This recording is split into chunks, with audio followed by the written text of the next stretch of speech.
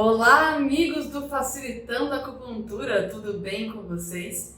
Hoje eu, professora Fernanda, vim falar de um assunto que talvez interesse demais a você, acupunturista, estudante de acupuntura, que se chama 8 princípios.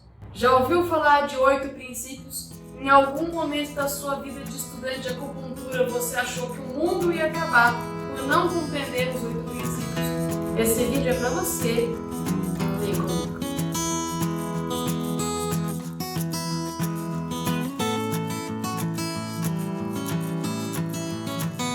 Muito bem, gente. Eu pensei muito antes de fazer esse vídeo porque é uma coisa que todo mundo quer saber, quer entender melhor. Essa história de 8 princípios, o que são, como sobrevivem, o que comem, como se reproduzem. E a gente tem que saber de 8 princípios. Se você é estudante de acupuntura ou acupunturista, em algum momento da sua vida, você vai ter que entender essa história toda e para que serve.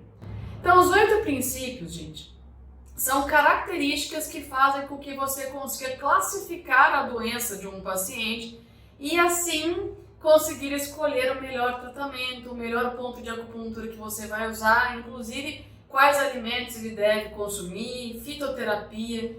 Quem não conhece os 8 princípios não consegue trabalhar através de síndromes, né? As síndromes complexas da medicina chinesa, que todo mundo fala, professor, você vai dar curso de síndromes. Gente, eu posso montar o curso que vocês quiserem, mas antes de aprender síndromes, você precisa entender os 8 princípios, que é a base do diagnóstico, da caracterização, da escolha de pontos, de um tratamento de acupuntura.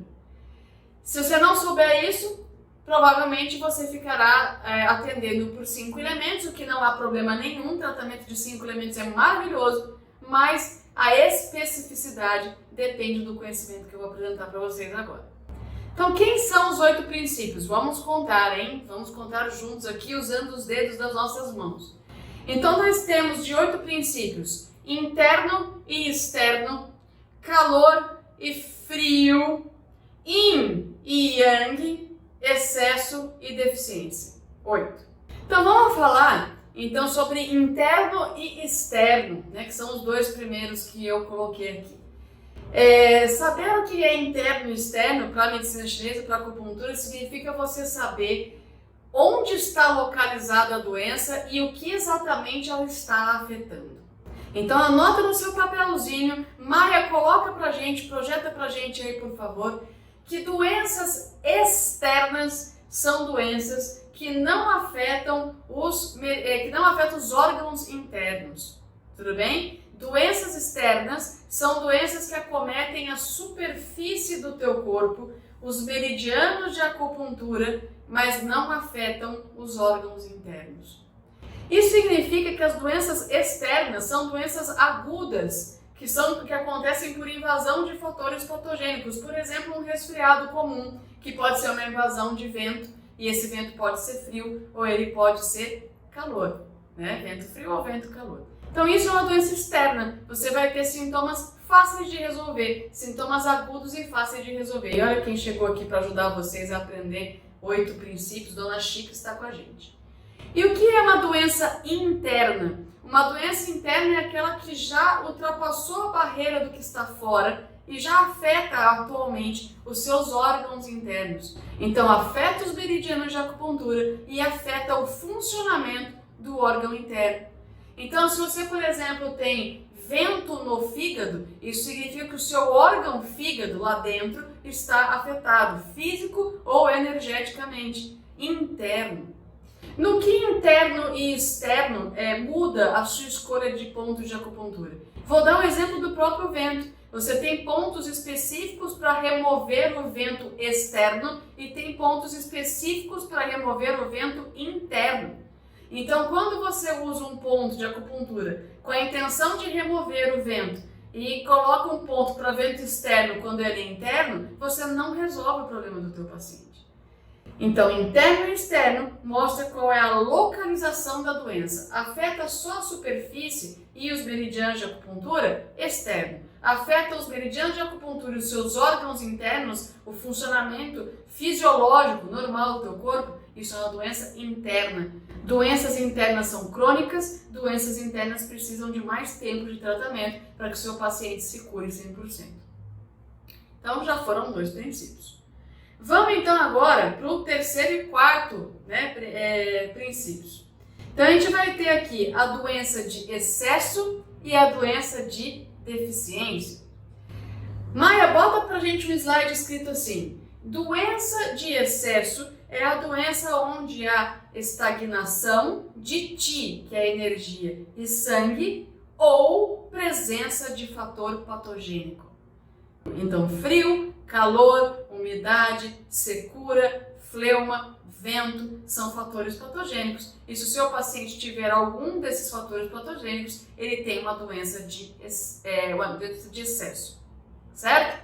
Então, o seu paciente ele pode ter uma doença externa e de excesso. Normalmente, as doenças externas são de excesso porque acontece por invasão de fator patogênico. Ele foi invadido pelo vento, ele foi invadido pelo frio e gerou uma doença aguda que afeta só a parte externa. Mas o seu paciente ele pode ter uma doença de excesso que é interna, afetando o órgão interno? Pode, por exemplo, umidade no baço. Então, o princípio interno e externo a gente já definiu, e agora o princípio que a gente tem de excesso é quando há estagnação de Qi ou sangue e presença de fator patogênico.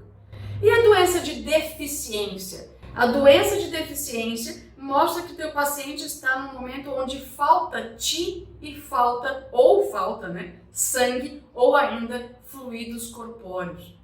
Então é uma pessoa que eu tenho, por exemplo, em medicina chinesa, uma deficiência de energia Yin do Rim. Então, o que é uma deficiência do Yin do Rim? Falta Yin. Yin é energia, é um tipo de energia. Então, a doença de excesso tem estagnação e fator patogênico, e a doença de deficiência falta sangue, falta energia, falta fluido. As doenças de deficiência são mais crônicas e mais difíceis de se tratar do que as doenças de excesso, porque o excesso a gente redistribui e a deficiência a gente precisa nutrir. Dificilmente você vai conseguir resolver a doença de deficiência de um paciente utilizando só agulhas. Muito possivelmente você vai precisar usar alimentação terapêutica, você vai precisar usar fitoterapia, porque é o consumo de fora. E aí eu aproveito para explicar entre excesso e deficiência para vocês, que quando você tem um excesso no teu corpo, esse excesso não veio assim das nuvens, porque Deus quis. O excesso de um órgão normalmente está associado com um roubo de energia de outro órgão. E quando um órgão rouba a energia de outro órgão, alguém vai ficar deficiente. Então é muito comum que no mesmo paciente você encontre uma condição de excesso e uma condição de deficiência. Às vezes não grave, não tem problema se não ser grave, mas a condição acaba acontecendo porque tem alguém roubando a energia e teu paciente vai precisar de nutrição externa, de fitoterapia para recompor a energia daquele órgão que está afetado pela deficiência, pela falta de Qi, pela falta de sangue, pela falta de fluidos. Então foram aí mais 2 princípios. Vocês nem estão sentindo passar os princípios. O seu paciente ele pode sofrer de calor ou frio. E calor e frio são 2 princípios que se dividem em 2. O seu paciente pode ter calor por excesso ou por deficiência, ou pode ter frio por excesso ou por deficiência. Então vocês vão vendo que os princípios, eles se ligam. E eu vou aproveitar esses 2 princípios para poder explicar já o princípio Yin e princípio Yang. Então vamos falar primeiro de calor e por calor por excesso. O que é um calor por excesso ou calor verdadeiro? É quando o teu paciente, por exemplo, ele pega e vai tomar sol na praia, tá? 42 graus lá fora e ele foi tomar um sol na praia. Tomou muito sol na cabeça e aí ele teve uma desidratação, e aí ele teve uma agitação mental, e ele teve febre. Quais são os sintomas do calor verdadeiro? É muita sede, é vontade de beber líquido frio em grandes quantidades. Se houver febre, a febre vai ser forte. A língua desse paciente vai ficar mais escura no local afetado por calor, pode ter petequias, que são bolinhas. Isso é um calor verdadeiro. O calor invadiu, o calor penetrou, o calor ele tomou o ser. Então toda a sensação de calor que ele tem é muito severa. Isso é um calor por excesso. Como é que você trata calor por excesso? Removendo o calor. E o que é calor por deficiência? Calor por deficiência é quando você não teve um aumento do calor, você teve uma diminuição da energia fria. E é aí que entra embutido os princípios Yin e Yang. O que você vai ter? Então, calor por excesso, o calor invadiu, tomou você, deu febre alta.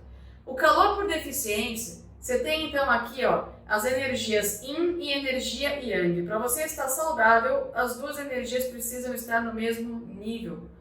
Por algum motivo, a sua energia Yin caiu e sobrou aqui em cima a energia Yang. E a energia Yang, por definição, ela é quente. Então, se o paciente tem sintomas de calor, tem, mas não são de um calor real, é um calor por deficiência da energia Yin. Qual é o tratamento do teu paciente acupunturista? Você vai remover calor? Remover calor seria equivalente a isso aqui. Tem energia quente, tem energia fria caiu, sobrou calor. Eu vou tirar calor, eu vou abaixar a energia Yang. Você vai levar o teu paciente a uma deficiência de energia e isso está muito errado. Quando o seu paciente tem um calor por deficiência, a sua missão acupunturista é você tonificar a energia fria. Eleve o Yin, eleve aquilo que falta. Não abaixa aquilo que ele tem, eleva o que falta. Quais são os sintomas de calor por deficiência? Os mesmos do calor por excesso, só que mais brandos e sem alteração de cor na língua, mas de saburra. Então você vai ter calor? Vai ter febre? Se tiver, será uma febre baixa. Seu paciente ele vai ter sede, mas de tomar em pequenos goles e a água ou o líquido que ele queira tomar não vai ser necessariamente gelado. Qualquer líquido em temperatura natural vai estar ok. Ele não vai suar abundantemente. Ele inclusive vai ter tendência à secura, porque o Yin, a deficiência de Yin que gera calor, gera sintomas de secura, como a boca seca, garganta seca.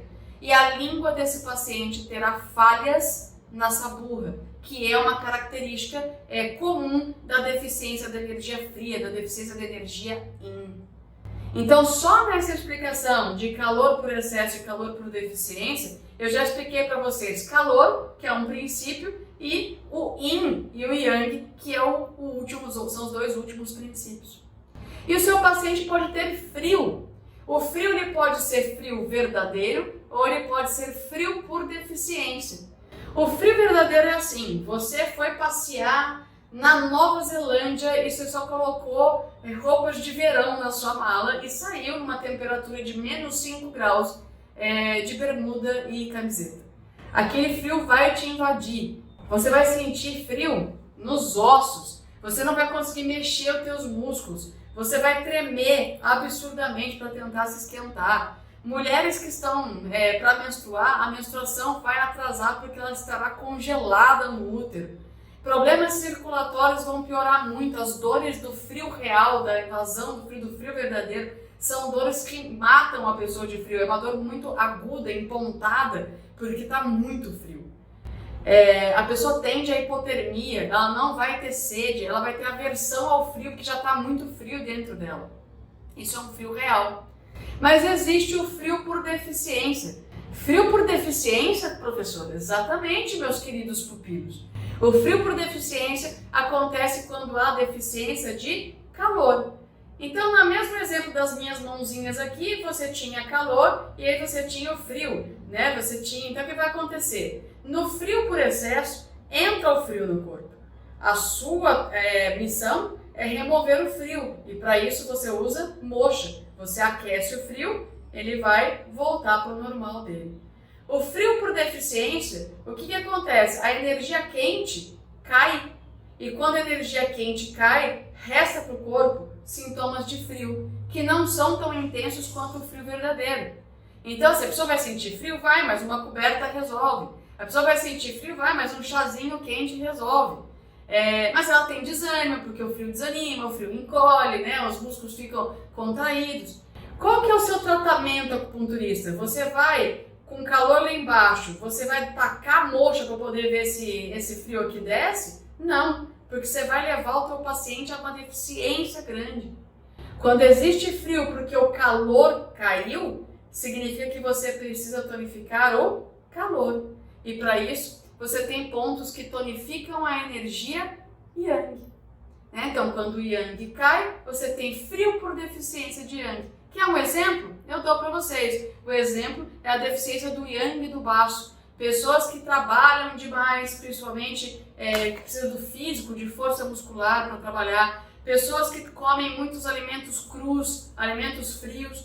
Pessoas que usam muito do intelecto durante o dia, têm trabalhos exaustivos, podem causar deficiência do Yang do baço, gerando frio interno. Cai o Yang do baço, sobra frio. Qual que é a sua missão? Tonificar o Yang do baço. Através do quê? De pontos de tonificação da energia Yang.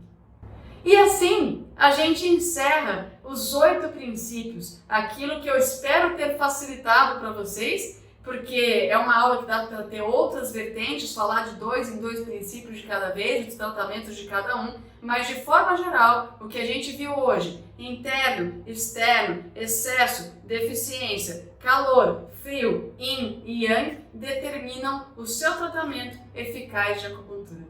Espero que vocês tenham gostado, que tenha sido útil e a gente se vê na próxima. Se inscreva no canal, ajude a gente a ajudar mais acupunturistas e mais pessoas pelo mundo todo e a gente se vê na próxima. Beijo grande, pessoal!